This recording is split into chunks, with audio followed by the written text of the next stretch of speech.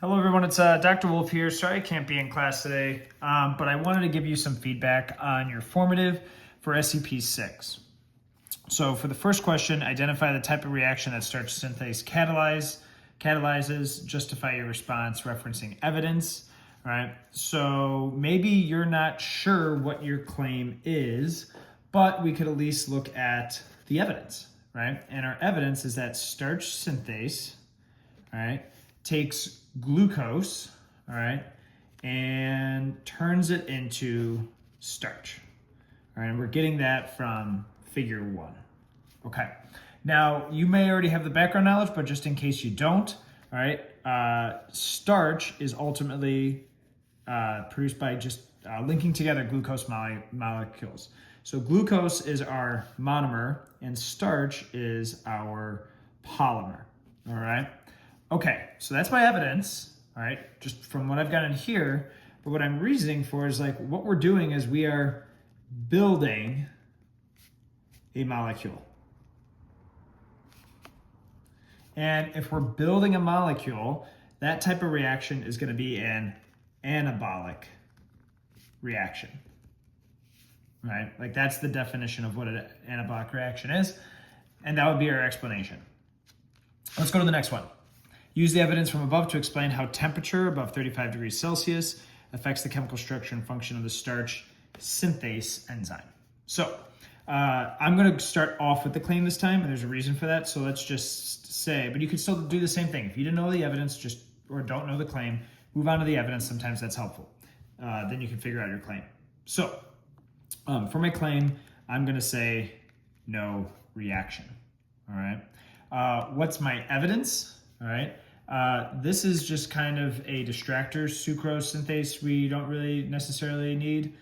It's the starch synthase optimal temperature. So my evidence is, right, like starch synthase optimal temperature is 27 degrees to 30 degrees Celsius, all right? The big pattern I'm noticing in this evidence is that like 35 degrees is a higher temp than that, right? Like that's kind of what we're getting from there. So now we're kind of starting to blend into our reasoning here. If we have a higher than above temperature, all right, that's going to break bonds of R groups of like our tertiary structure, right? Tertiary structure, all right? That's going to cause our protein to denature. All right, essentially to unfold, all right? If it denatures, all right, then our active site, all right, is no longer working. The substrate can't bind. And if that's the case, then we're led to no reaction. So notice how a lot of times our reasoning is going to lead right us back to our claim, all right? Now, remember, you can't just say like, oh, like this 35 degrees, it's going to mess up the structure. That's going to mess up the function. Like that's true, but we got to have a little bit more detailed bioconcepts. All right, so let's look at this next one. All right, I bet a lot of you answered A. Looks really good, but here's the problem is this is not hydrolysis. This is dehydration synthesis. So it's not A. In this case, it's actually C. So a fairly simple explanation. All right, so that would be our claim. Honestly, the evidence is really just like referencing any part of the model that you see here, kind of saying that like this COOH group is our carboxyl group, all right? Or honestly, not even saying that that's our carboxyl group, that's our reasoning, but just saying like, hey, these groups right here, all right, join together, all right, in this case. So that's like our evidence, just referencing that some way. All right, and then really our reasoning is just saying like, hey, I know that this specific group is, I know it says amino group, I always like saying amine group, or this group is a carboxyl group. And that's that one. All right, so if we look at this one, interaction A, in this case, is gonna be a ionic bond. Because if I look at A, I have a carboxyl group, I have an amine group. This is just kind of like, you got to know that, okay, an amine group, that's going to be a base, carboxyl group, that's going to be an acid. If I have an acid and base come together, they form an ionic bond, all right? So because you could say NH3 is basic, right? Or you could just say like amine group is basic. If you don't necessarily, if you forget the name, that's okay. NH3, basic, and then COO minus, that's going to be acidic. That's how we know it's an ionic bond. All right, interaction B, which is this one right here and this one right here.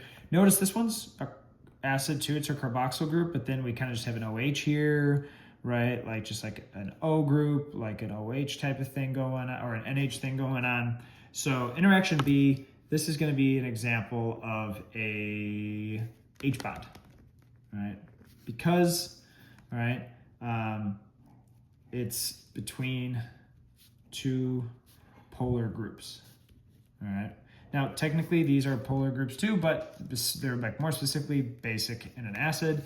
Over here, right, this is a polar group. Yes, acid, but it's not mixed with a base. It's just mixed with another polar group. If that's the case, hydrogen bond, all right? Lastly, D is going to be between my functional groups that are CH3s. So CH3, remember, sun, sulfur, oxygen, nitrogen, those are going to create my polar functional groups. That's not present here. So CH3 functional groups are nonpolar. All right. If we have nonpolar, another word to say nonpolar is hydrophobic. If we have two of those, they are going to bond by van der Waals forces, which is not an option here, I realize. So hydrophobic interactions also works too. All right, thanks for watching.